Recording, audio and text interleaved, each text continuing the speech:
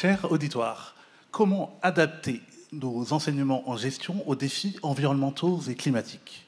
C'est une question qui anime fortement notre communauté aujourd'hui et qui suscite de nombreux débats. Des débats qui ont d'ailleurs été relayés récemment par la Revue française de gestion, avec une contribution majeure du professeur Lamarck ici présent, notamment. Mon travail doctoral s'inscrit dans ces questionnements dans le contexte de l'éducation à l'entrepreneuriat.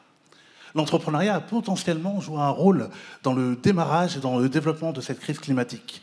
En particulier, un entrepreneurialisme fait d'injonction à la réussite individuelle, à la performance à tout prix, à l'exploitation des ressources naturelles sans prendre en compte leur finitude et à l'exploitation des ressources humaines sans prendre en compte leur vulnérabilité. Un nombre croissant de travaux de littérature appellent à un renouveau épistémologique et éthique de l'éducation à l'entrepreneuriat.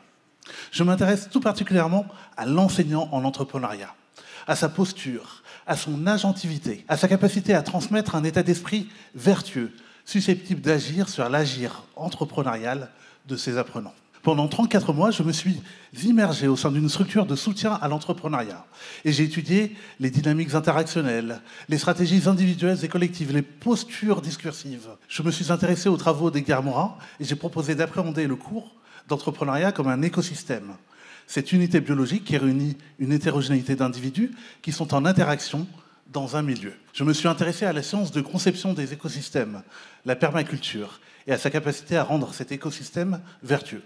Et en filigrane, je me suis intéressé à l'espace d'opérationnalisation de cette permaculture, le jardin, et son potentiel dans l'éducation à l'entrepreneuriat.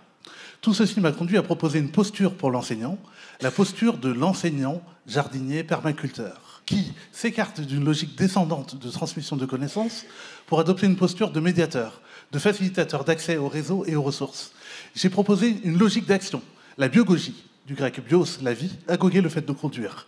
La biogogie sert à conduire le vivant dans la salle de classe.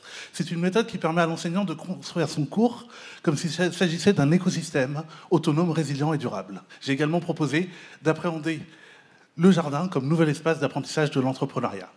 Les entreprises pourront y trouver des sources d'inspiration, en particulier celles qui veulent repenser leurs pratiques managériales à travers la posture du manager jardinier, celles qui ont des jardins en interne, qui pourront potentiellement y voir un lieu de transmission de connaissances et d'innovation managériale, et les perma-entreprises, ce mouvement d'entreprise qui s'intéresse à la permaculture et ses applications en économie et gestion. Cher auditoire, comme le disait Candide à l'issue de son aventure philosophique, cultivons notre jardin.